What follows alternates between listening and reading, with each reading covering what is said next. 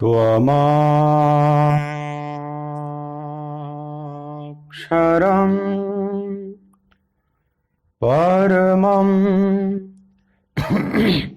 वेदितव्यम् त्वमस्य विश्वस्य परं निधानम् त्वमव्ययः शाश्वत धर्मगोप्ता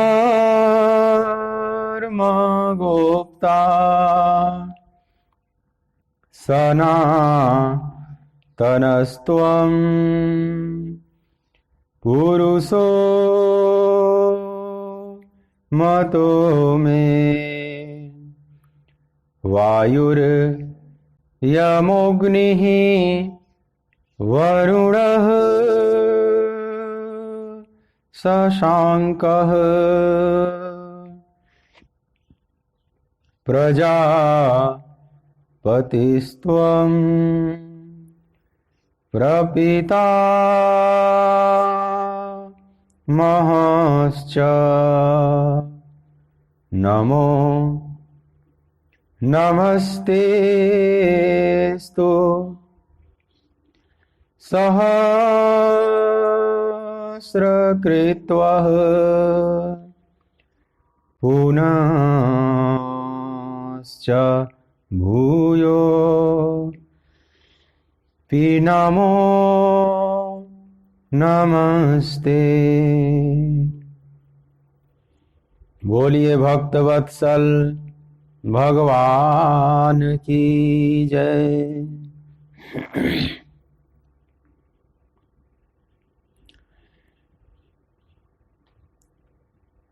मेरो राधा रमण गिरधारी, गिरधारी श्याम बनवारी। मेरो राधा रमण गिरधारी, गिरधारी श्याम बनवारी। गिरधारी श्याम बनवारी, गिरधारी श्याम बनवारी। गिरधारी श्याम बनवारी, गिरधारी श्याम बनवारी। गिरधारी श्याम बनवारी। मेरो राधा रमण गिरधारी, गिरधारी श्याम बनवारी। मेरो राधा रमण गिरधारी, गिरधारी श्याम बनवारी।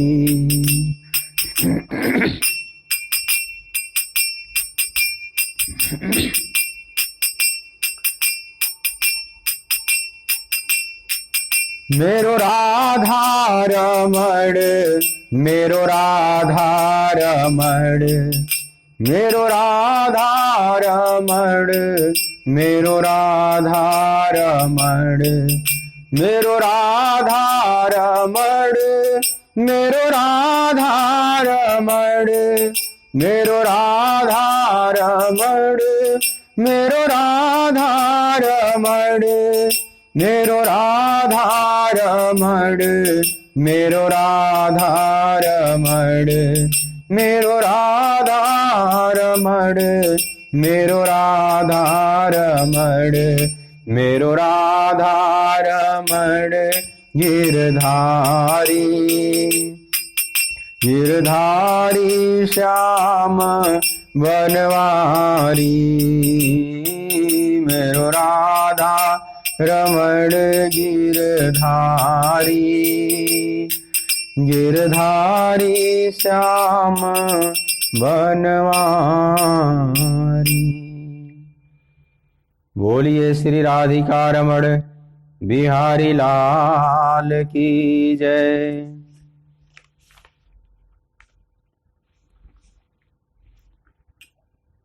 श्रीमद् भगवद गीता ज्ञान यज्ञ के इस मांगलिक सत्संग सत्र में मेरी तरफ से, आराधना कुंज की तरफ से, श्रीधाम वृंदावन की तरफ से आप सभी प्रभु चरणानुरागी भगवत कथानुरागी भक्त वृंदों का बहुत बहुत स्वागत है। भगवान की पावन बाणी श्रीमद् भगवद गीता, जिसको प्रभु ने अपने श्रीमुख से गायन किया है, इसलिए इसको भगवत गीता कहा जाता है। हम सभी प्रभु की उस पावन बाणी में अवगाहन कर रहे हैं, गीता ज्ञान गंगा में गोते लगा रहे हैं। भगवान जो उपदेश प्रारंभ करते हैं अर्जुन के प्रति, वो आत्म तत्व से प्रारंभ करते हैं। जो शुद्ध सत्य है वहां से बात प्रारंभ करते हैं। वैसे भगवान विभिन्न तलों पर बात करेंगे, लेकिन जो प्रारंभ करते हैं वो बहुत सर्वोच्च बातों से प्रारंभ करते हैं। जैसे कोई दुकान पर खरीदने जाता है, जैसे आप कपड़ा खरीदने जाते हैं कपड़े की दुकान पर, तो दुकानदार पहले सामान्य कपड़े दिखाएगा, फिर आप कहेंगे कि नहीं मुझे इससे और विशिष्ट चाहिए, तो वह और उन्नत किस्म का दिखाएगा। आप नकारते जाएंगे कि ये भी नहीं, ये भी नहीं, तो अंत में उसके पास जो भी सर्वोच्च माल होगा वो फिर दिखाएगा, वो सामने लाएगा। हमारी हैसियत को देखकर, हमारे स्वभाव को देखकर वह निर्णय लेता है।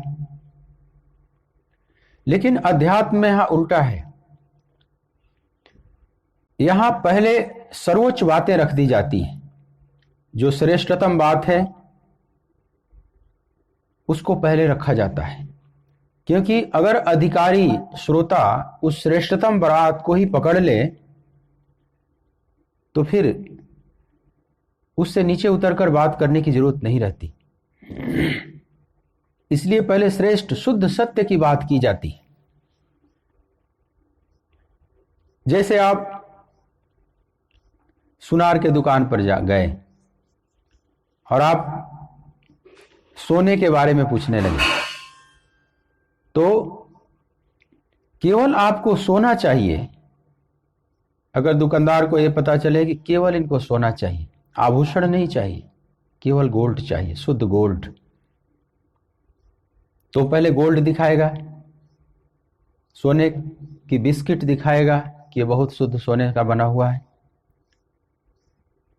यदि आप उस सोने की बिस्किट में रस नहीं लेते हैं, आपको आकार प्रकार चाहिए, कंगन चाहिए, कुंडल चाहिए, तो अब वो फिर आभूषण को दिखाना प्रारंभ करेगा। लेकिन आभूषण में वो शुद्धता नहीं है जो केवल सोने की बिस्किट में है। कुंडल कंगन जो बनाए गए हैं उसमें कुछ मिश्रण किया जाता है। लेकिन अगर व्यक्ति का रस कुंडल कंगन में ही है तो फिर उसको वही दिखाया जाएगा, थोड़ा मिश्रित करके ही दिखाया जाएगा। उसी प्रकार से अध्यात्म में शुद्ध सत्य रखा जाता है। यदि शुद्ध सत्य उसने धारण कर लिया तो और अलग से नीचे उतरकर बात करने की जरूरत नहीं होती। तो भगवान पहले शुद्ध सत्य की बात करते, बिल्कुल तत्व की बात करते। इसको आत्म तत्व का ज्ञान कहा जाता है। भगवान जो ये बात कह रहे हैं आत्म तत्व का, उसका सार में समझें। अमर हूं मैं आत्मा, गीता सिखाती है मुझे, अज अमर अद्वैत हूँ गीता बताती है मुझे, इसलिए मौत से डरना नहीं चाहिए। मनुष्य को हर रोज गीता पाठ करना चाहिए। शुद्ध चेतन आत्मा दृष्टा सकल जग जाल का, इच्छुक हूँ भगवत कृपा का, भय नहीं अब काल का। ऐसा निश्चय धारण कर निर्भय विचरना चाहिए। मनुष्य को हर रोज गीता पाठ करना चाहिए। तो शुद्ध चेतन आत्मा, इसी की बात भगवान यहां कर रहे हैं, इसी की बात अर्जुन को समझाने का प्रयास कर रहे हैं। इसी क्रम में दूसरे अध्याय का 25वां श्लोक आप सभी देखेंगे मेरे साथ, आप सभी पाठ भी करेंगे 25वें श्लोक का। अव्यक्तोऽयम् अचिन्त्योऽयम् अविकार्योऽयम् उच्यते, तस्मादेवं विदित्वैनं नानुशोचितुमर्हसि। अव्यक्तोऽयम् अचिन्त्योऽयम् अविकार्योऽयम् उच्यते, तस्मादेवं विदित्वैनं नानुशोचितुमर्हसि।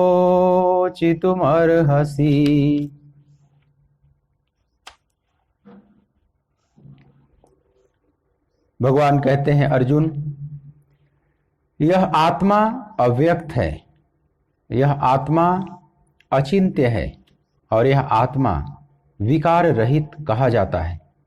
इससे हे अर्जुन, इस आत्मा को उपयुक्त प्रकार से जानकर तू शोक करने के योग्य नहीं है, अर्थात तुझे शोक करना उचित नहीं है।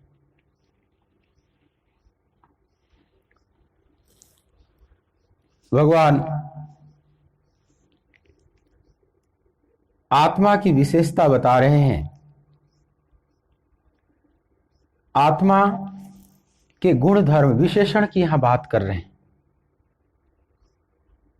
इससे पहले जो बात किया कि आत्मा अछेद्य है, इसका छेदन नहीं किया जा सकता, आत्मा अदाह्य है, इसको अग्नि जला नहीं सकती, जल गीला नहीं कर सकता, वायु सुखा नहीं सकती, मतलब पंच महाभूतों का इस पर कोई भी प्रभाव नहीं पड़ेगा। भगवान ने ये बातें समझाई। मतलब बाह्य क्रिया का, बाह्य वस्तुओं का इस पर कोई प्रभाव नहीं पड़ेगा, यह बात पिछले श्लोकों में बताई। अब इसमें बताते हैं कि आत्मा का अपना स्वभाव क्या है, आत्मा का अपना गुण धर्म क्या है। तो इसी संदर्भ में यह बात भगवान कह रहे हैं कि अव्यक्तोऽयम्, पार्थ यह आत्मा अव्यक्त है, जिसको व्यक्त नहीं किया जा सकता। अब एक बड़ी मजे की बात है यहां पर, जो अव्यक्त है और भगवान कृष्ण उसी के बारे में बहुत विस्तार से बातें किए जा रहे हैं। अगर आप ऊपर ऊपर से देखें तो इन बातों में बड़ा विरोधाभास दिखाई पड़ेगा कि भाई जब अव्यक्त है तो आप उसको व्यक्त करने का अथक प्रयास क्यों कर रहे हैं। जिसको व्यक्त ही नहीं किया जा सकता, जो अनमैनिफेस्ट है, किसी भी प्रकार से उसको व्यक्त नहीं किया जा सकता, उसके बारे में आप इतना प्रयास क्यों कर रहे हैं बोलने का। और ये भगवान कृष्ण ही नहीं बोल रहे हैं, ये सभी बोल रहे हैं। सभी मनुष्यों ने यही कहा है आत्मा के बारे में कि आत्मा अव्यक्त है,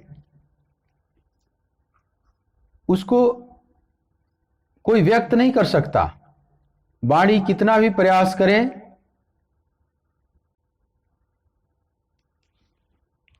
उसको प्रकट नहीं कर सकती।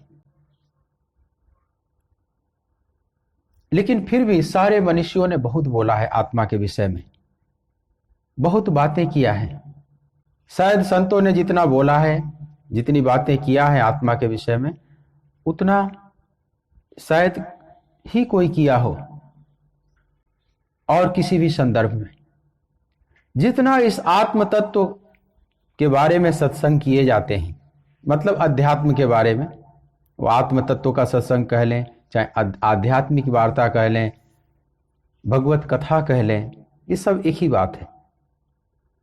मतलब भगवत चर्चा जितनी होती है उतनी चर्चा तो किसी भी विषय पर नहीं होती। लेकिन चर्चा करने वाले वे मनीषी कहते हैं कि है लेकिन अव्यक्त, उसको व्यक्त नहीं किया जा सकता। कितना भी प्रयास करें उसको आपके अनुभव में नहीं लाया जा सकता। वह स्वयं चलकर ही अनुभव में लाने की वस्तु है। जिसको अनुभव करना है उसको स्वयं यात्रा करनी होगी, स्वयं से स्वयं में अनुभव करना होगा। लेकिन फिर भी बहुत बोलते हैं, बहुत उसके बारे में कहते हैं। तो महापुरुष इसलिए कहते हैं कि जो ना कहने योग्य चीज है उसके बारे में भी बातें की जाती हैं, ताकि उस वस्तु को जानने की जिज्ञासा हमारे भीतर प्रकट हो जाए, उस वस्तु के प्रति एक प्यास भर जाए हमारे भीतर। लेकिन अंत में हर महापुरुष कहेंगे कि यह वाणी का विषय नहीं, यह तुझे चलकर खुद जानना होगा। कहे कबीर गूंगे की शक्कर जिन खाई तिर जानी। यह आत्म तत्व का अनुभव ऐसा है कि जो खाया उसके स्वाद का अनुभव सिर्फ उसी को होगा। जैसे गूंगा खाकर उसके बारे में बता नहीं सकता, वो ठीक ठीक कुछ कह नहीं सकता, व्यक्त नहीं कर सकता। ऐसे ही अध्यात्म की अनुभूति है। भगवान आत्मा के बारे में बहुत सी बातें बता रहे हैं, लेकिन फिर कहते हैं कि अव्यक्तो है, वह व्यक्त नहीं, वह वाणी का प्रकाशक नहीं है। वाणी उसे प्रकाशित नहीं कर सकती, वह वाणी का प्रकाशक है। जो वाणी का प्रकाशक है, वाणी भी जिसकी चेतना से निकल रही है, जिसकी उपस्थिति से वाणी भी निकल रही है, वह इतना विराट है कि यह सीमित वाणी उसको पकड़ नहीं पाएगी। जैसे हम अपने हाथों से कोई वस्तु पकड़ लिए, आपने अपने हाथों से एक वस्त्र पकड़ लिया, लेकिन वो वस्त्र आपके हाथों को नहीं पकड़ा है, आपने वस्त्र को पकड़ा है। वैसे ही आत्मा वाणी का प्रकाशक है। जगत प्रकाश से प्रकाशक रामू। जगत प्रकाश से है तो उसके प्रकाशक राम हैं।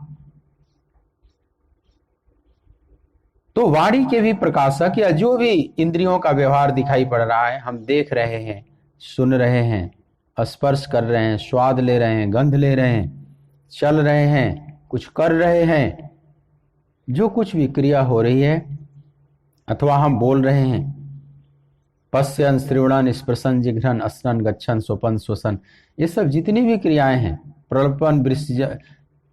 प्रलपन विसर्जन निमिषन उन्मिषन निमिषन्नपि, ये जितनी भी क्रियाएं कुल बताई गई हैं गीता में,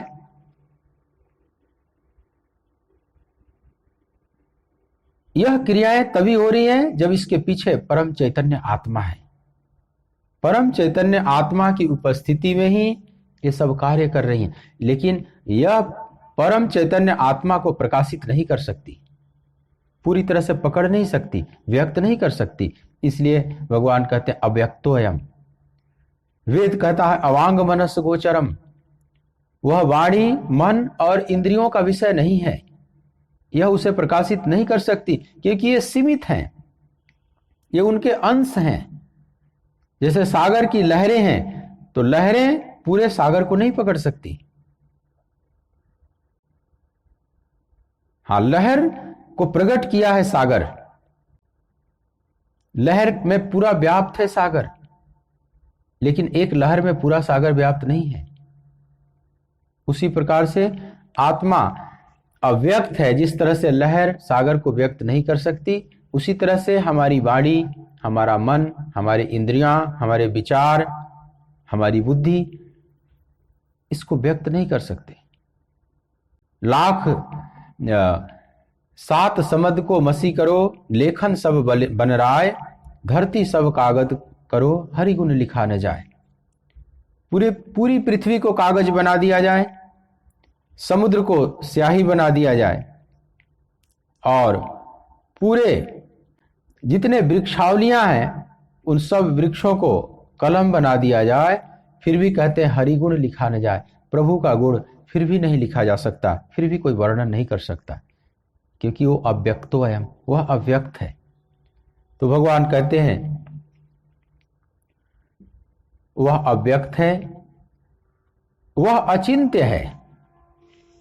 एक बात और भगवान कहते हैं कि आत्मा अचिंत्य भी है पार्थ, मतलब चिंतन के द्वारा उसे नहीं समझा सकता। मान लो वाणी से हम व्यक्त नहीं कर सकते, तो मानो अर्जुन के मन में भाव उठ रहा होगा कि वाणी तो स्थूल है, उससे सूक्ष्म है हमारा चिंतन, हमारा विचार, हमारी बुद्धि। तो हम अपनी सूक्ष्म बुद्धि के द्वारा उसका चिंतन तो कर सकते हैं ना, चिंतन के द्वारा आत्मा के स्वरूप को जान सकते हैं ना। तो भगवान कहते हैं कि नहीं, अचिंत्योऽयम्, वह अचिंत्य है। आत्मा को हम चिंतन करके भी नहीं जान सकते। कितना भी आप चिंतन करें, कितना भी विचार करें, विचार की अति पर पहुंच जाए, लेकिन हम नहीं उसका स्वरूप जान सकते। मतलब बुद्धि नहीं जान सकती, कितना भी विचार करे, कितनी भी सूक्ष्म बुद्धि हो, प्रकृति तक का जान सकती है, क्योंकि बुद्धि प्रकृति का ही एक हिस्सा है। तो प्रकृति और प्रकृति के से निर्मित जितनी भी वस्तुएं हैं, प्रकृति के जो भी कार्य हैं, बुद्धि वहां तक तो पहुंच सकती है, वहां तक जान सकती है, लेकिन जो प्रकृति से परे है उसको बुद्धि कितना भी विश्लेषण करे वह नहीं जान सकती, इसलिए अचिंत्य है। चैतन्य महाप्रभु का जो सिद्धांत है अचिंत्य भेदाभेद, उन्होंने कहा कि जीव और ईश्वर का संबंध कैसा है, तो कहते हैं भेद भी है, अभेद भी है, लेकिन अचिंत्य है। मतलब यह चिंतन से नहीं समझा जा सकता, बुद्धि से हम कितना भी विश्लेषण करें उसको हम नहीं समझ सकते। प्रारंभ में बुद्धि जान लेना चाहती है, बुद्धि और अहंकार मिलकर सोचते हैं कि मैं परमात्मा को जान लूंगा, उस सूक्ष्म तत्व को जान लूंगा, लेकिन कितना भी हमारा अहंकार कहे कि मैंने जान लिया या मैं जान सकता हूं, लेकिन ऐसा संभव नहीं है। वो कितना भी चिंतन, तो जो बुद्धिमान व्यक्ति है, जिसके पास विचार शक्ति है, वो प्रयास करता है कि हम पहले सब कुछ साफ साफ जान लें। कई बार तो महापुरुष उसको साधना भी बताते हैं कि तुम साधना करो, तो पूछता है कि साधना तो मैं करूंगा पीछे से, लेकिन पहले बताओ कि आत्मा क्या है, परमात्मा क्या है, आत्मा का स्वरूप क्या है, परमात्मा का स्वरूप क्या है। वो सब कुछ पहले जान लेना चाहता है। उसकी बुद्धि पहले मांग करती है कि मैं ठीक ठीक पहले जान लूं, फिर मैं आगे बढ़ूंगा, फिर उसकी साधना करूंगा। जैसे वैज्ञानिक कहते हैं, जो नास्तिक टाइप के वैज्ञानिक हैं, वे कहते हैं मैं ईश्वर को नहीं मानता जब तक आप सिद्ध करके न दिखा दीजिए। हमारे प्रयोगशाला में आप भगवान जैसी चीज को आप सिद्ध न कर दो, तब तक हम नहीं मानेंगे कि भगवान जैसी कोई सत्ता है। कोई परम चेतना जैसी सत्ता है। लेकिन यहां भगवान कहते हैं कि नहीं, वह अचिंत्य है। वो जब चिंतन में ही नहीं आता तो तुम्हारे प्रयोगशाला में कहां से आ जाएगा। उसके लिए तो श्रद्धा को आधार बनाकर शुरू में चलना होता है और बाद में स्वयं अनुभव करना होता है। शुरू में हम कितना भी जानना चाहे नहीं जान सकते। भगवान बुद्ध के एक शिष्य थे मालूक के पुत्र, बड़ा तार्किक था, बहुत सूक्ष्म विचारक था। बुद्ध से दीक्षा लिया, भिक्षु बनकर उनके संघ में शामिल हो गया। थोड़े दिन साधना किया, जैसा बुद्ध ने बताया, थोड़े दिन किया, लेकिन उसके अंदर बहुत विचार चलते रहते थे कि यह आत्मा का स्वरूप क्या है, आत्मा शरीर में कहां स्थित है, किस प्रकार से स्थित है, हम कहां से आए हैं, मरने के बाद कहां चले जाते हैं, सृष्टि का प्रारंभ कब से हुआ, सृष्टि लय कब होती है, लय होने के बाद इसका क्या होता है, क्या स्वरूप होता है। इस तरह के जो दार्शनिक प्रश्न हैं, बंधन क्या है, मुक्ति क्या है, हम मुक्त हो गए फिर माया वहां से घसीट कर हमें ला सकती है। तार्किक व्यक्ति के अंदर ये सब प्रश्न उठते हैं कि मान लो हम मुक्ति पा गए, साधना करके भगवान को पा गए, और फिर माया वहां से घसीट कर ला सकती है। अगर मान लो कोई तर्क करे कि नहीं, अब दोबारा वहां माया नहीं जा सकती, भगवान के राज्य में हम चले गए तो वहां फिर माया का प्रवेश नहीं, तो उसके मन में प्रश्न उठेगा कि पहली बार माया कैसे चली गई, हम तो सदा प्रभु के ही अंश थे। ईश्वर अंश जीव अविनाशी, ममैवांशो जीव लोके जीव भूतः सनातना, हम उस परमात्मा के सनातन अंश हैं। तो वहां पर माया पहुंची कैसे, उस परमात्मा के राज्य से हमें घसीट कर लाई कैसे, और एक बार अगर ला दी तो फिर दोबारा भी घसीट कर ला सकती है, दोबारा नहीं लाएगी, इसका क्या प्रमाण है। जब आत्मा की पहुंच ही नहीं तो आत्मा वहां तक पहली बार कैसे पहुंची। ये सब प्रश्न तार्किक चित्त के अंदर उठते रहते। तो जो मालूक के पुत्र था वह भी बड़ा तार्किक था। वो सोचता था कि पहले सब साफ साफ हो जाए, अध्यात्म का विषय बिल्कुल स्पष्ट हो जाए, फिर मैं साधना में ठीक ठीक उतरूंगा। तो बीच में साधना छोड़कर भगवान बुद्ध के पास गया, प्रणाम किया और इन सब प्रश्नों को रखा कि आत्मा का स्वरूप क्या है, बंधन क्या है, मुक्ति क्या है, माया क्या है, सृष्टि कब से उत्पन्न हुई, कब लय हो जाती है, उत्पन्न होने से पहले ही किस रूप में थी। इस तरह के दार्शनिक प्रश्न वह सब कर रहा था। बुद्ध चुप, ऐसे प्रश्नों पर भगवान बुद्ध चुप हो जाते थे।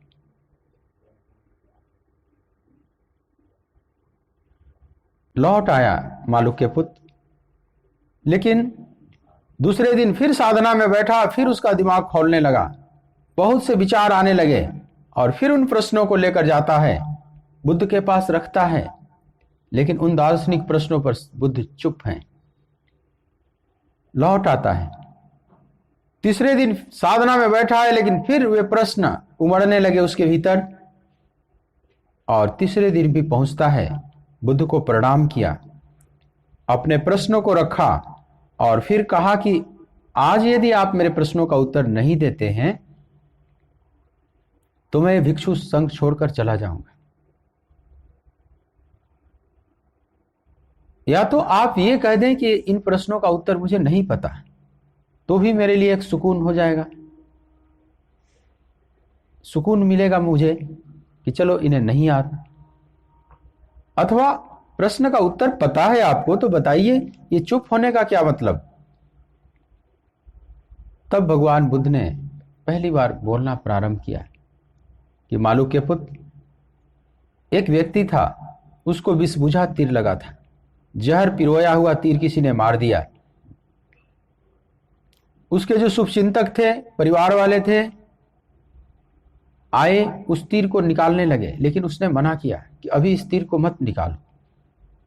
पहले ये बताओ, इस तीर को किसने मारा, किस उद्देश्य से मारा, उसका नाम क्या है, उसकी जाति क्या है, गोत्र क्या है, और जिस जहर का प्रयोग किया है इस तीर में वह जहर कौन सा है। पहले हमारे इन प्रश्नों का उत्तर लेकर आओ, फिर इस तीर को निकालना। इतना कह के बुद्ध ने कहा कि मालूक के पुत्र, ये बताओ कि जब तक इन सारे प्रश्नों का उत्तर लेकर आया जाएगा तब तक वह व्यक्ति बचेगा। मालूक के पुत्र बोले कि नहीं भगवान, तब तक तो मर जाएगा। इससे तो अच्छा हो कि पहले तीर को निकलवा ले, उसके बाद फिर प्रश्न के उत्तर भी ढूंढे जाए, सब कारण को ढूंढा जाए, पता किया जाए। इसमें बुद्धिमानी है। भगवान बुद्ध ने कहा कि मालूक के पुत्र, यही उत्तर मेरा है तुम्हारे प्रति। तुम्हें भी विषबुझा तीर लगा हुआ है, अविद्या का तीर लगा हुआ है, हर जीव में लगा हुआ है। और जो बोधशील महापुरुष हैं, बोध स्वरूप जो महापुरुष हैं, उस तीर को निकालना चाहते हैं, उस अज्ञान अविद्या के तीर को निकालना चाहते हैं। मैं भी तुम्हारा तीर निकालना चाहता हूं, लेकिन तुम निकालने नहीं दे रहे हो। जो मैं साधना बता रहा हूं वह निकालने की प्रक्रिया है, तुम उससे नहीं गुजरना चाहते। तुम पहले सारे प्रश्नों का उत्तर जान लेना चाहते हो।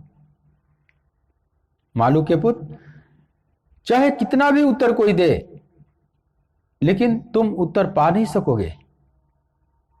पूरा जीवन कोई ज्ञानी महापुरुष बोलते रहे, फिर भी तुम उसका उत्तर नहीं पा सकते।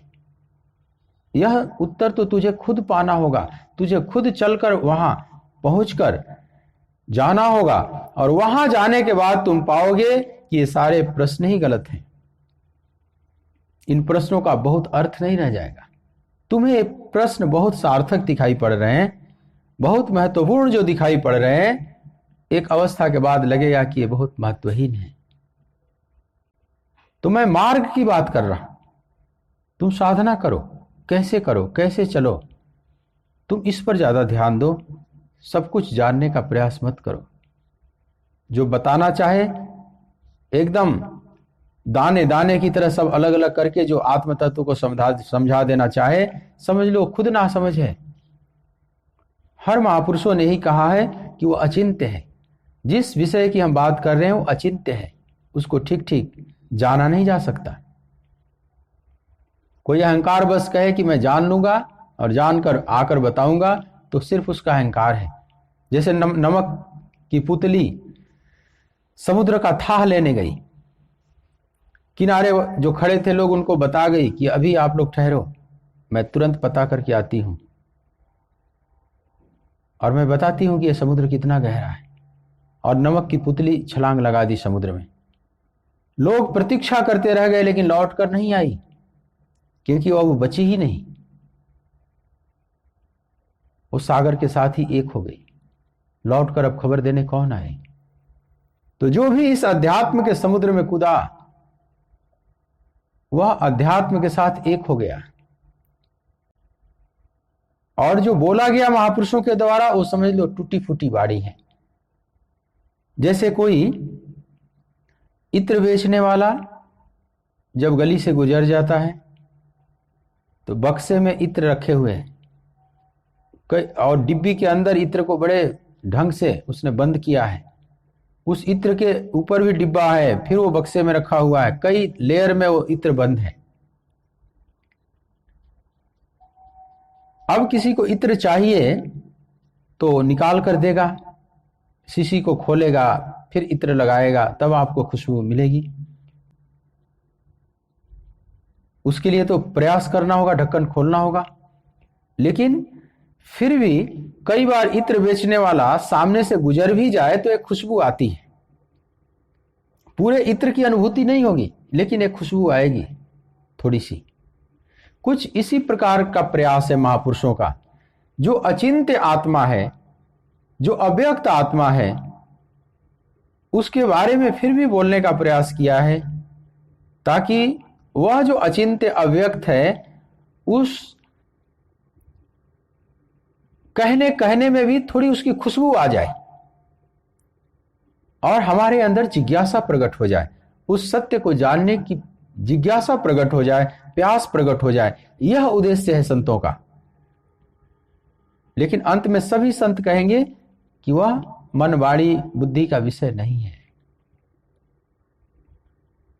इसलिए भगवान बुद्ध निर्वाण कहे, जो उन्होंने पाया जिस पद को, उसको कहा निर्वाण। जब उनको बोध हुआ बोधि वृक्ष के नीचे, तो लोगों को पता चला कि इनको बोध हो गया है, अविद्या समाप्त हो गई। बुद्ध ने स्वयं घोषणा की। तो लोगों ने पूछा कि बोध होने के बाद आपने क्या पाया, कैसा अनुभव हुआ? तो उन्होंने कहा निर्वाण, वह वाणी का विषय नहीं, यह पद है निर्वाणी। उस पद को वाणी से नहीं व्यक्त किया जा सकता। निर्वाण का यह भी एक अर्थ होता है। निर्वाण माने एक होता है वाण रहित, जैसे बाढ़ लगाते हैं ना, घेरा, जहां कोई घेरा नहीं, अब मुक्त हो गया मैं, अब माया का बंधन नहीं, अब प्रकृति का कोई बंधन नहीं रहा, अब कोई बाढ़ नहीं रहा, कोई घेरा नहीं रहा, इसलिए निर्वाण माने मोक्ष स्वरूप, परम मुक्त। और एक दूसरा अर्थ भी होता है निर्वाण मतलब जो वाणी का विषय नहीं है, जिसको वाणी व्यक्त नहीं कर सकती। तो बुद्ध ने कहा मैं व्यक्त नहीं कर सकता। अगर तुझे जानना हो तो जो मैं मार्ग बता रहा हूं उससे चलो, श्रद्धा से चलो, और फिर तुझे खुद अनुभव करना होगा। तो भगवान यहां कहते हैं अचिंत्य वयम, वह आत्मा अचिंत्य है पार्थ, अव्यक्त है, अचिंत्य है।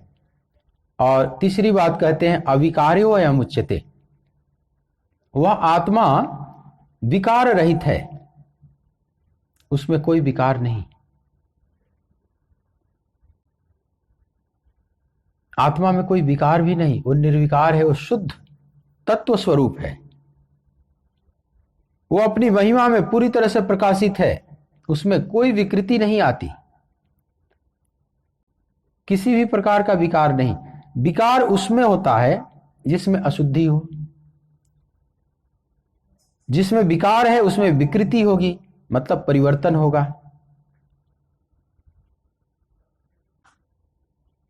जिसमें विकार होगा उसमें परिवर्तन होगा, और जिसमें परिवर्तन ही नहीं, जो अचल है, जिसको कोई परिवर्तित नहीं कर सकता, उसमें कोई विकार नहीं होगा, वो अपरिवर्तित सत्ता है।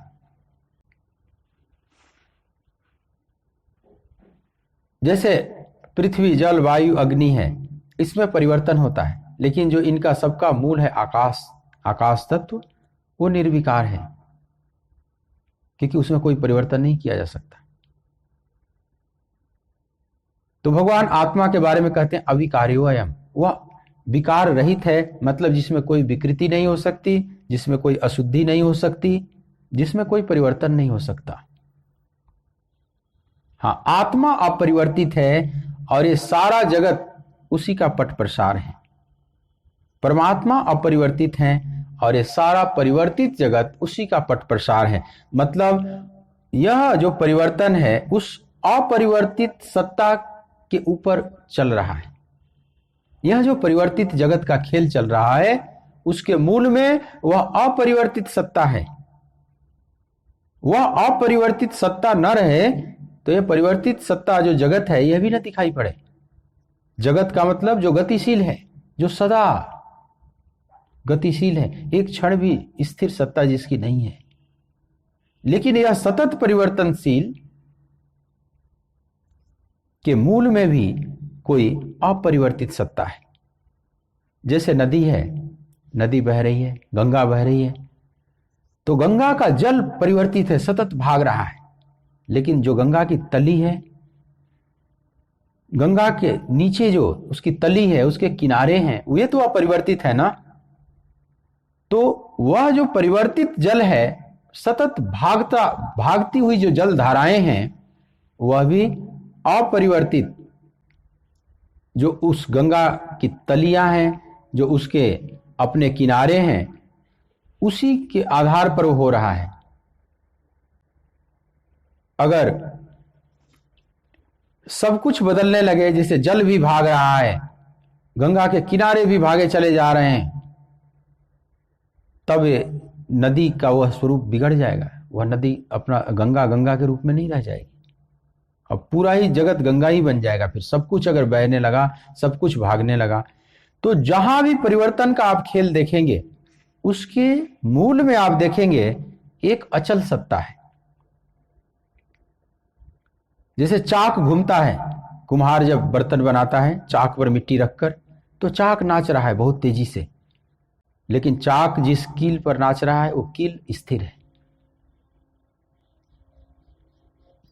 तो कहीं भी कोई चीज घूम रही है तो आप उसके मूल में, केंद्र में देखेंगे कोई एक ऐसा कील है, कोई ऐसा धुरा है जो अपरिवर्तित है, जो स्थिर है, उसके ऊपर वो घूम रहा है।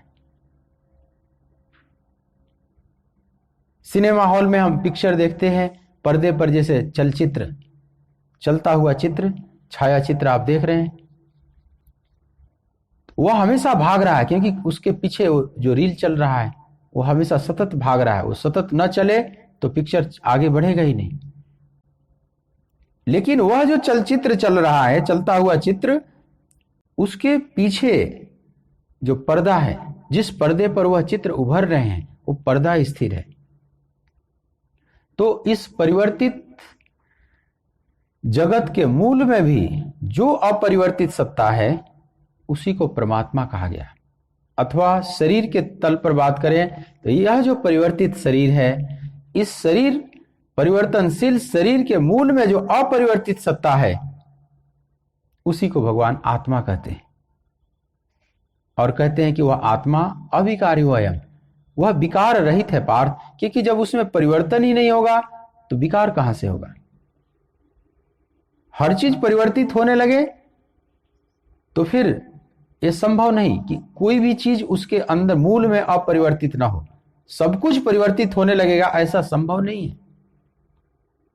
एक सत्ता होनी चाहिए जो अपरिवर्तित है। एक बार बच्चों के क्लास में मैडम ने कहा कि बच्चों, कल न्यूज में मैंने पढ़ा है कि वैज्ञानिकों ने एक ऐसे एसिड को खोज लिया है, एक ऐसा लिक्विड खोज लिया है जो किसी भी चीज को गला देगा। कोई भी वस्तु डालो वह एसिड गला देगा। एक ऐसा तत्व पा लिया है वैज्ञानिकों ने। तो एक छोटी सी बालिका खड़ी होकर पूछती है कि मैम, अगर वो सब कुछ गला देती है, वो वस्तु, वह एसिड, तो फिर उसको रखा किस पात्र में गया है, किस बर्तन में उसको स्टोर किया गया है। अब मैडम बड़ी परेशानी में पड़ गई।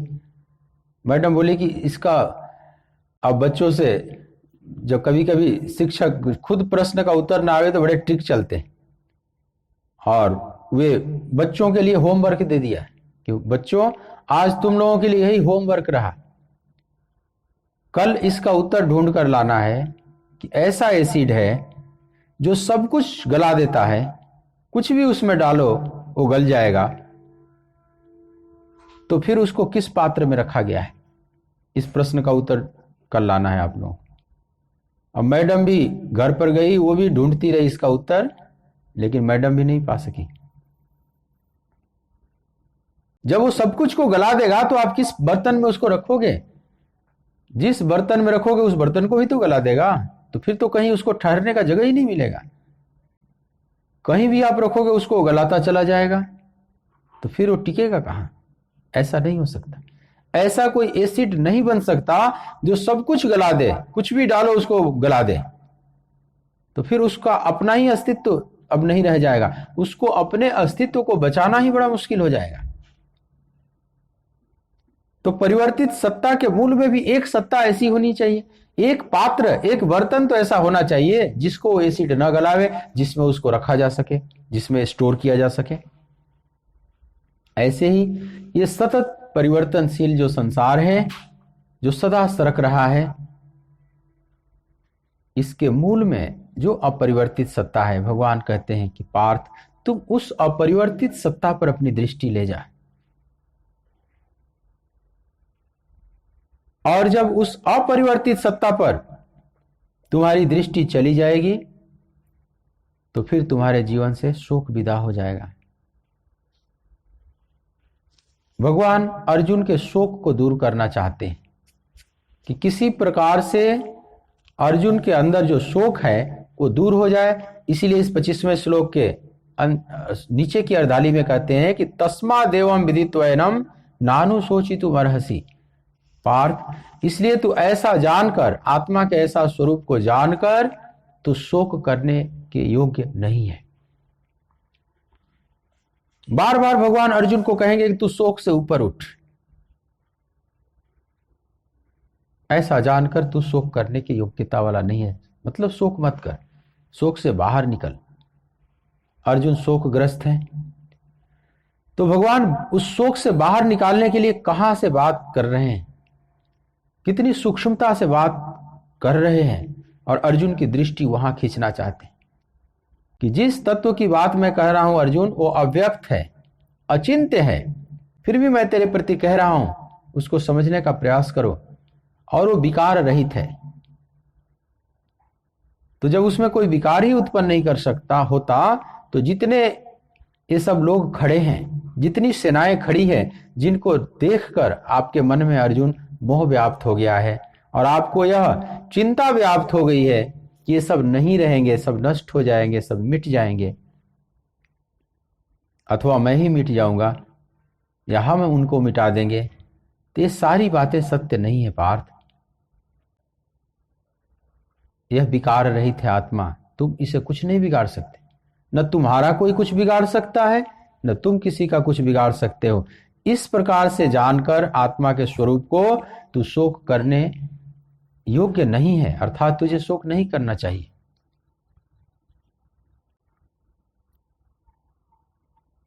लेकिन ऐसा जानकर, विदित्वा एक शब्द भगवान ने प्रयोग किया, तस्मा देवम विदित्वैनम, मैंने ऐसा विदित जो करके, केवल मानकर नहीं। हम भी सत्संग में सुन लेते हैं, शास्त्रों में पढ़ लेते हैं आत्मा के इन गुण धर्मों को, लेकिन वो सब मान्यताएं हैं। पढ़ना चाहिए, समझना चाहिए, इसमें कोई दिक्कत नहीं, लेकिन केवल इन पढ़ समझ लेने से प्यास नहीं मिटने वाली। तो भगवान कहते हैं विदित्वैनम, जो ऐसा जान लेता है, जो ऐसा अनुभव कर लेता है, उसके जीवन से शोक विदा हो जाता है, क्योंकि वो जान लिया कि यहां पर कुछ बनने वाला है, न मिटने वाला है, यह जो है पूरा का पूरा है। इस प्रकार से जो जान लेता है, लेकिन ऐसा जानने के लिए एक बहुत आत्म क्रांति से गुजरना होता है।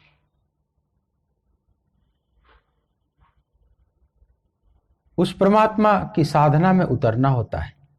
उसके लिए हमें थोड़ा खुला होना होगा, थोड़े उदार चिंतक होना होगा, उदार हृदय वाला भी होना होगा, अपने हृदय के कमल को खिलाना होगा और अपनी बुद्धि को भी खोलना होगा।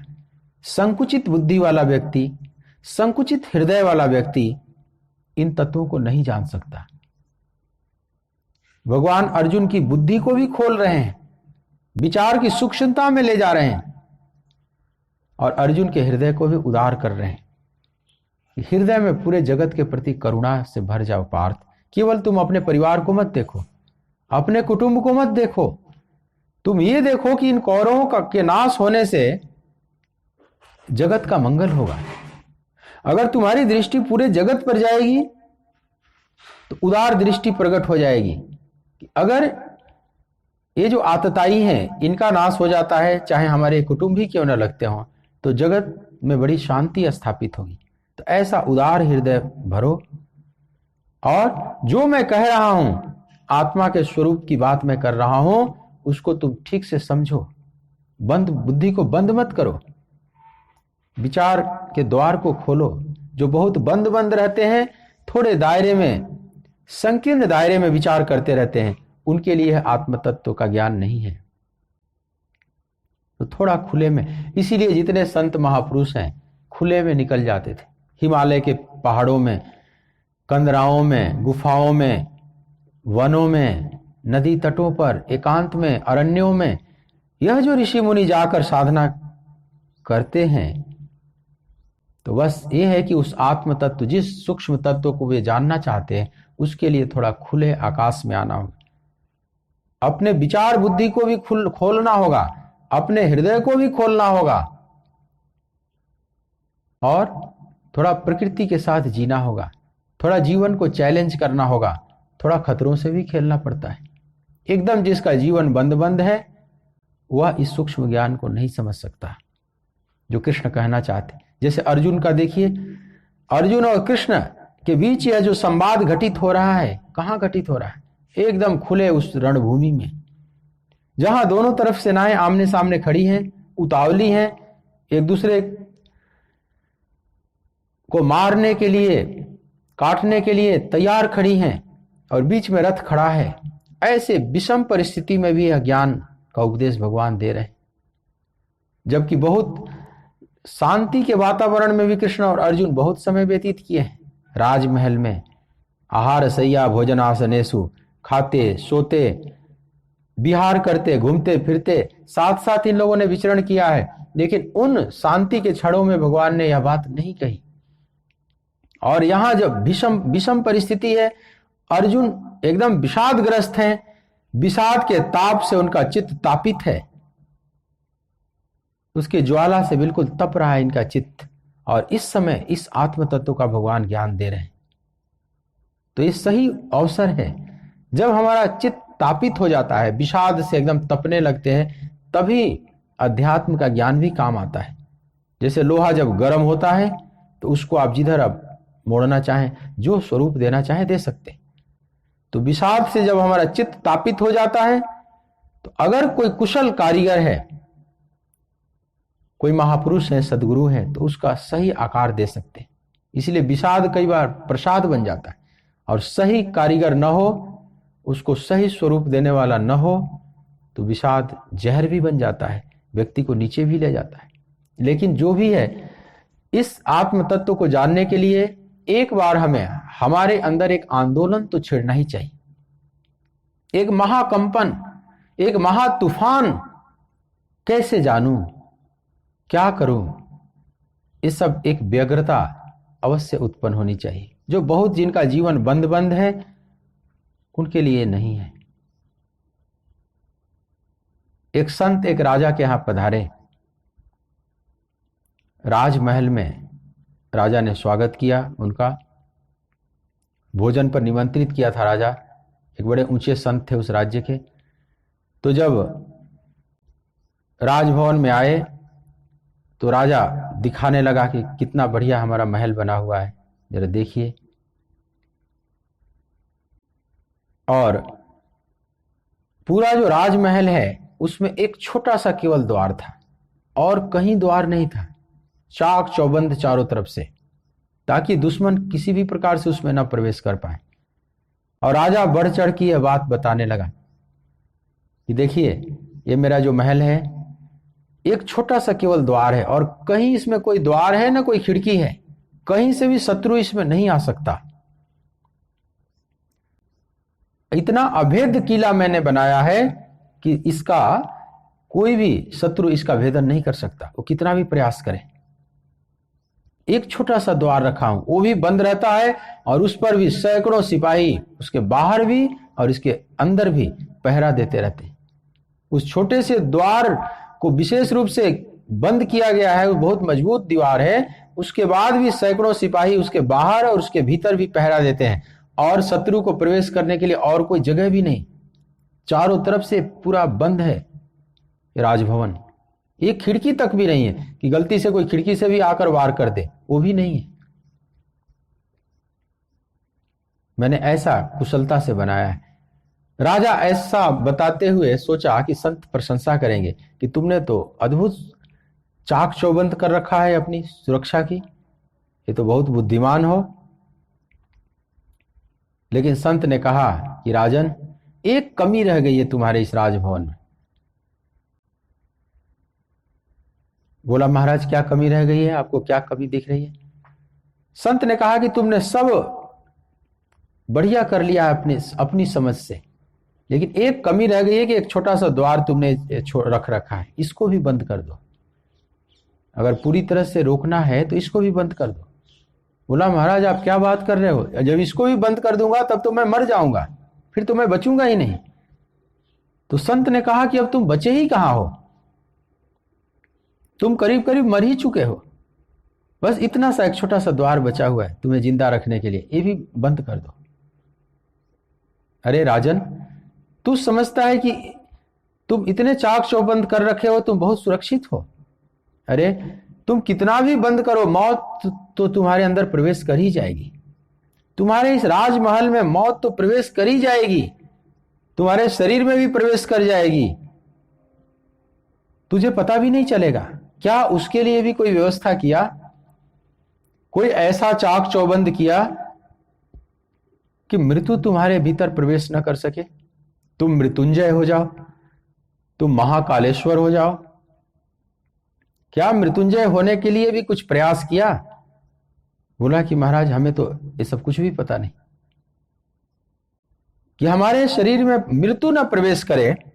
और ये बात सही है कि हम बाहर के शत्रुओं से रक्षा करने के लिए तो हमने बहुत व्यवस्था कर रखी है, लेकिन जो मौत रूपी शत्रु हमारे अंदर प्रवेश करेगी, उसके लिए क्या हमने कोई व्यवस्था किया? उसके लिए क्या किया जाए? उसके लिए ये व्यवस्थाएं तो काम नहीं आएगी।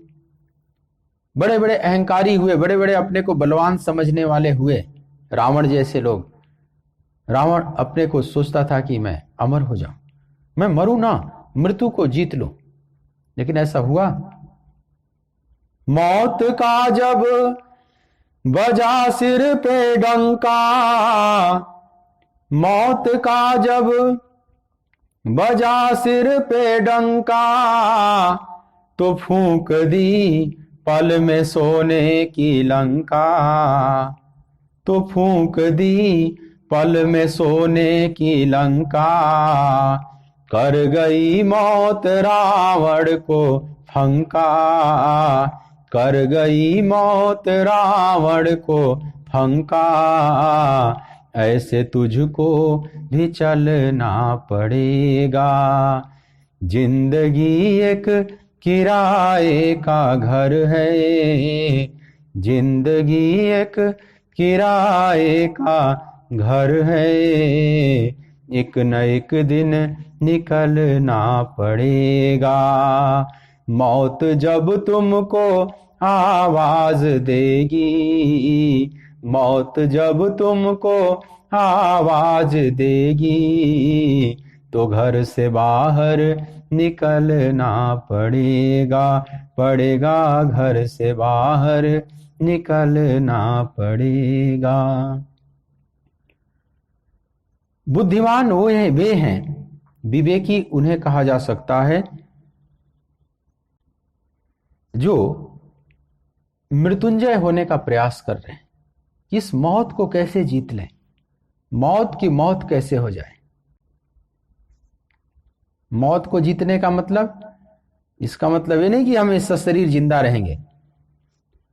ऐसा लगता है जैसे कि मौत को जीतने का मतलब मैं सदा जीवित रहूंगा, मैं मरूंगा नहीं। ये इसका अर्थ नहीं हुआ। मैं सदा जीवित रहूंगा, लेकिन यहां जो मैं है वो शरीर वाला मैं नहीं, वो शुद्ध जो मैं है, जो हमारा स्वरूप है, जो आत्मा है, उसकी बात की जा रही है। तो आत्मा तो सदा ही मृत्युंजय है, उसमें अलग से प्रयास करने की जरूरत नहीं है, बस एक समझने की जरूरत है। एक समझ विकसित हो जाए और एक बोध उत्पन्न हो जाए कि मैं शुद्ध आत्मा हूं और आत्मा में कोई मृत्यु नहीं, तो फिर व्यक्ति इतना शरीरों को लेकर चिंतित नहीं होता। जैसे वह राजा अपने शरीर की सुरक्षा के लिए पूरे महल को बंद कर रखा है, कहीं से मौत ना आ जाए, कहीं से शत्रु प्रवेश न कर जाए। लेकिन जिसको मृत्युंजय होना है, सचमुच मौत से बाहर निकलना है, उसको खुले आकाश में आना होगा, उसको साधना करनी होगी, उसको चिंतन करना होगा। जो भगवान बात कह रहे हैं बार बार अर्जुन को, उस तल से गुजरना होगा। यह बिना गुजरे यह बात किसी भी प्रकार से अनुभव में नहीं उतर सकती। मतलब ये सारी बातें जो अर्जुन को कह रहे हैं भगवान, यह सब साधना का विषय है। बिना साधना किए कितना भी आप सुन लें, समझ लें, बाल का खाल निकाल लें, ये बात नहीं बनती। इसलिए हर साधक को चाहिए कि सूक्ष्म साधनाएं जरूर करे, केवल सुने और जरा भी जीवन में न उतारे, उसके प्रति चलने का प्रयास न करे, तो ये ठीक नहीं। तो सुने लेकिन उसके अनुसार चलने का प्रयास भी करें, उस आत्म तत्व पर विचार भी करें। इसी क्रम में भगवान कहते हैं, एक और श्लोक आप ले लें, 26वें श्लोक में कुछ बातें और भगवान कहना चाह रहे हैं। दूसरे अध्याय का 26वां श्लोक आप पाठ करेंगे। अथ चैनम नित्य जातम नित्यम वा मन्यसे मृतम तथापि त्वं महाबाहो नैवं शोचितुमर्हसि। अथ चैनम नित्य जातम नित्यम वा मन्यसे मृतम तथापि त्वं महाबाहो नैवं शोचितुमर्हसि। किंतु यदि तू इस आत्मा को सदा जन्मने वाला तथा सदा मरने वाला मानता है, तो भी हे महाबाहो, तू इस प्रकार शोक करने को योग्य नहीं है। यहां भगवान एक और थोड़ी विशेष बात अर्जुन से करते हैं कि यदि, अथ चैनम, किंतु यदि तू इस आत्मा को सदा जन्मने मरने वाला मानता है, तो भी शोक करने के योग्य नहीं।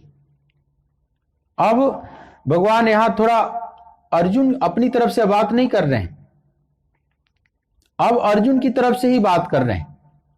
भगवान कह रहे हैं कि मैंने जो बताया कि आत्मा अवध्य है, अच्छेद्य है, अक्लेद्य है, अशोष्य है,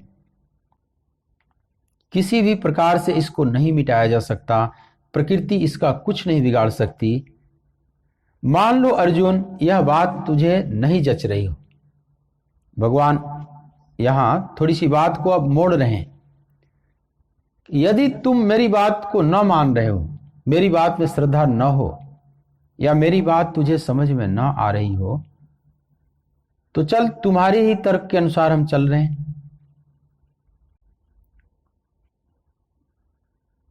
तुम यदि मानते हो कि ये सब मर जाएंगे, मिट जाएंगे, कुछ नहीं बचेगा, तो तुम्हारे ही तर्क को अगर हम लें, तो भी तो शोक करने के योग्य नहीं है।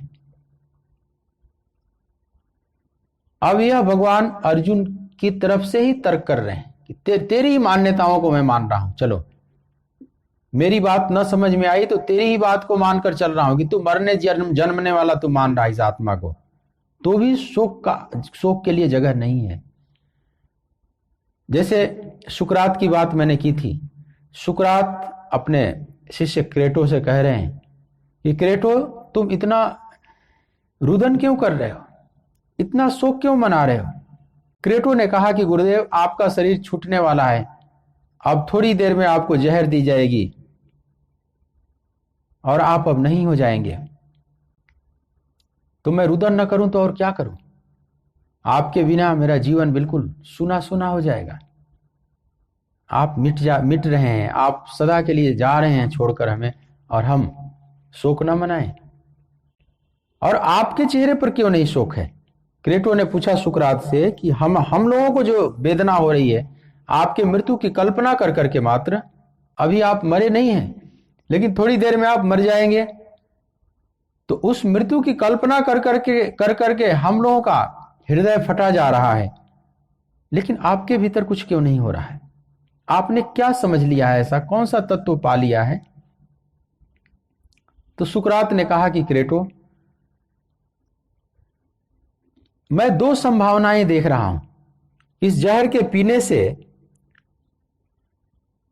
या तो मैं सदा के लिए मिट जाऊंगा, सुकरात जैसा कुछ भी नहीं बचेगा, तो जब कुछ बचेगा ही नहीं तो अब शोक मनाने वाला कौन रह जाएगा। अब मैं ही नहीं बचूंगा तो मैं अपना शोक कैसे मना सकता हूं। कि मेरे साथ बड़ा अनिष्ट हुआ, मुझे जहर दिया गया, मुझे मार डाला गया, ये पीछे अब कोई बचेगा ही नहीं, तो सोचेगा कौन इस बात को? जब सोचने वाला ही नहीं बचेगा तो फिर मैं शोक क्यों करूं? मर जाऊंगा, सब कुछ मिट जाएगा, यहीं से शून्य, सब खत्म। अथवा एक दूसरी संभावना है कि जहर के बाद भी मैं बचा रहूंगा, जो शुद्ध सुकरात है वो बचा रहेगा, जो मेरा शुद्ध स्वरूप है उसको जहर नहीं मिटा सकती। तो फिर अगर मैं मिट ही नहीं सकता, मैं बचा ही रहूंगा, तो भी शोक करने का कोई कारण नहीं देख पा रहा हूं। मतलब दोनों तरफ से मैं शोक करने का कारण नहीं देख पा रहा हूं।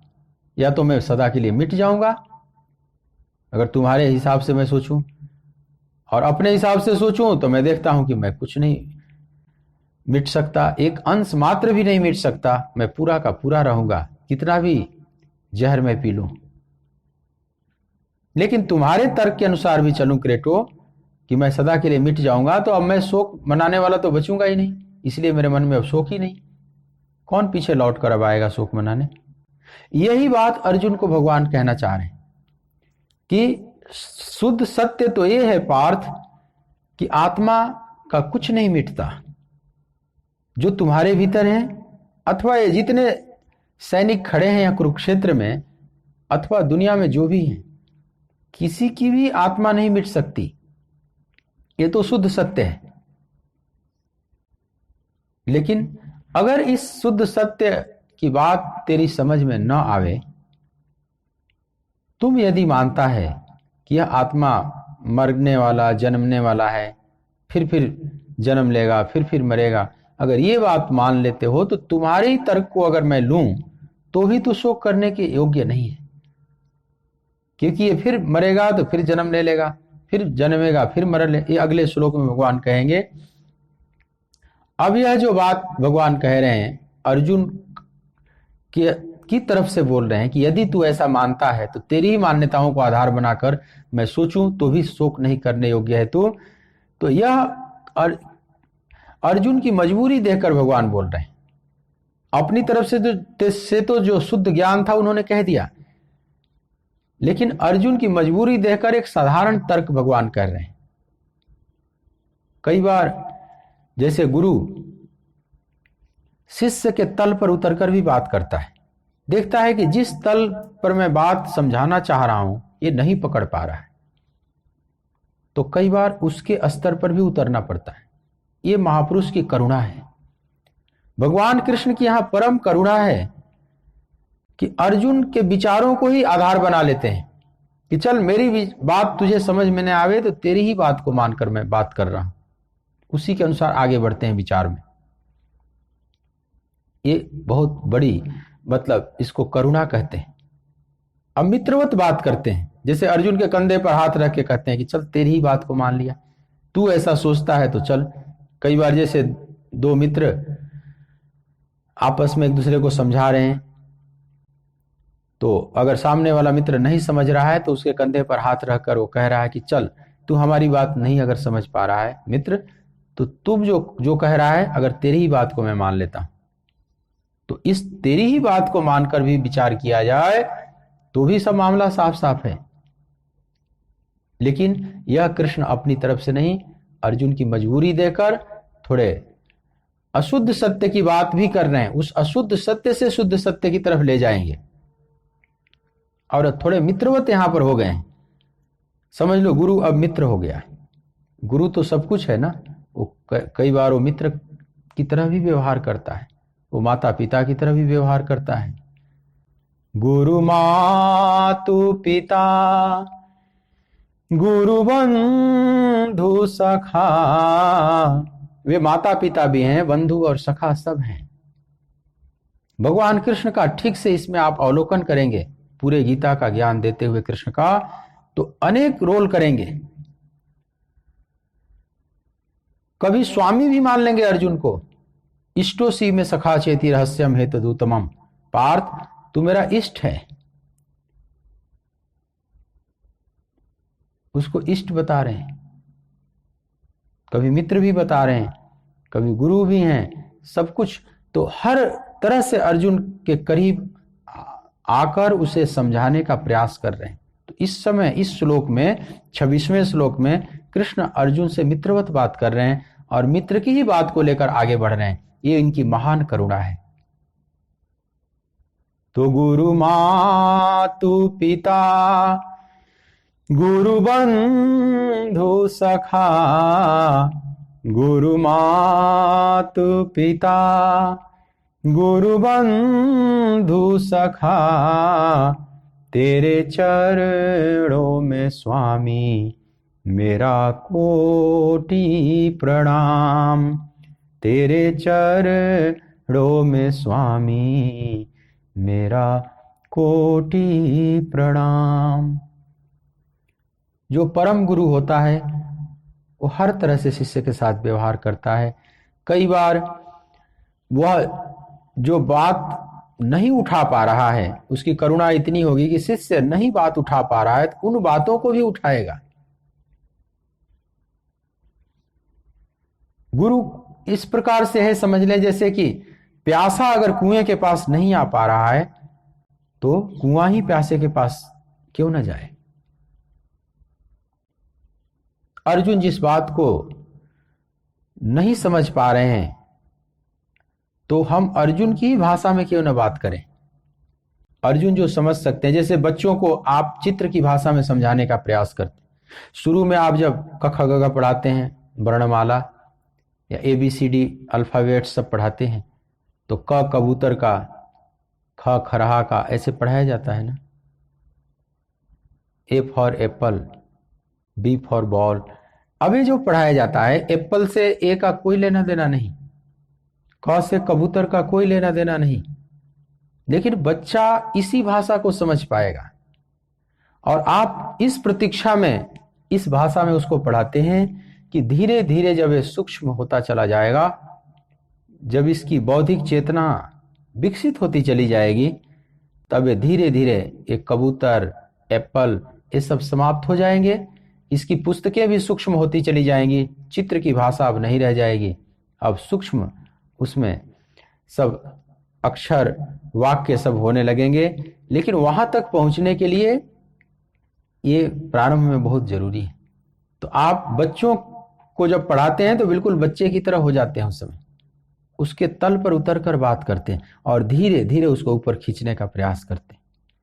तो भगवान अपनी तरफ से आत्म तत्व की बात कहते कहते अब अर्जुन की तरफ से ही कहने लगते हैं कि चल तू, तेरी ही बात मान लिया, अगर तू मानता है कि यह सब जन्मने मरने वाला है तो अथ चैनम नित्य जातम नित्यम वा मन से मृतम। नित्य जातम माने नित्य जन्मने वाला, नित्यम वा मन से मृतम नित्य मरने वाला, ये सदा ही जन्मने और मरने वाला है। अगर ये तू मानता है, कृष्ण कह रहे हैं कि मैं तो कह रहा हूं कि आत्मा नित्य है, इसमें जन्म मरण है ही नहीं, लेकिन तू मानता है कि नहीं जन्मने मरने वाला है, वो भी नित्य, नित्य जातम और नित्यम वा मन से मृतम। जन्म और मरण के साथ भगवान ने नित्य नित्य शब्द लगा दिया इस श्लोक में। अगर तू ऐसा मानता है हे महाबाहो, तो भी तू शोक करने योग्य नहीं, तू महाबाहो है। यहां भगवान ने अर्जुन को शब्द प्रयोग किया महाबाहो। तेरी भुजाएं बहुत बड़ी हैं, महाशक्तिशाली भुजाएं हैं। इन शक्तिशाली भुजाओं से जैसे शत्रु कंपित हो जाते हैं, तुमने शत्रुओं को जीता है अनेक बार। हे महाबाहो, तुम अपने विचार को और सूक्ष्म करो और बलशाली करो और भीतर जो तुम्हारे अंदर मोह रूपी शत्रु आक्रमण कर दिया है उसको परास्त कर। ये शोक रूपी शत्रु जो तुम्हारे पर आक्रमण कर दिया है, हे महाबाहो, उस शोक रूपी शत्रु को तू मार डाल। अगर तुम अपनी तरफ से भी सोचो तो। इसी क्रम में भगवान अगले श्लोक में भी बात करेंगे। ये 26वां 27वां श्लोक जुड़ा हुआ है एक दूसरे से, तो इस तर्क को देते हुए भगवान 27वें श्लोक में कुछ बात करेंगे, वो कल हम इस बात को लेंगे। आइए 2 मिनट मेरे साथ आप कीर्तन बोलेंगे। कृष्ण गोविंद गोविंद हे गोपाल नंदलाल, कृष्ण गोविंद गोविंद हे गोपाल नंदलाल, कृष्ण गोविंद गोविंद हे गोपाल नंदलाल, कृष्ण गोविंद गोविंद। हे गोपाल नंद लाल, हे गोपाल नंद लाल, हे गोपाल नंद लाल, गोपाल नंद लाल, हे गोपाल नंद लाल, हे गोपाल नंद लाल, हे गोपाल नंद लाल, गोपाल नंद लाल, हे गोपाल नंद लाल। कृष्ण गोविंद गोविंद, गोपाल नंद लाल, कृष्ण गोविंद गोविंद। हे गोपाल नंद लाल, हे गोपाल नंद लाल, हे गोपाल नंद लाल, गोपाल नंद लाल, हे गोपाल नंद लाल, हे गोपाल नंद लाल, हे गोपाल नंद लाल, गोपाल नंद लाल, हे गोपाल नंद लाल। कृष्ण गोविंद गोविंद, हे गोपाल नंद लाल, कृष्ण गोविंद गोविंद। हे गोपाल नंद लाल, कृष्ण गोविंद गोविंद। हे गोपाल नंद लाल, कृष्ण गोविंद गोविंद। हे गोपाल नंद लाल। बोलिए भक्त वत्सल भगवान की जय, सच्चिदानंद भगवान की जय। ओम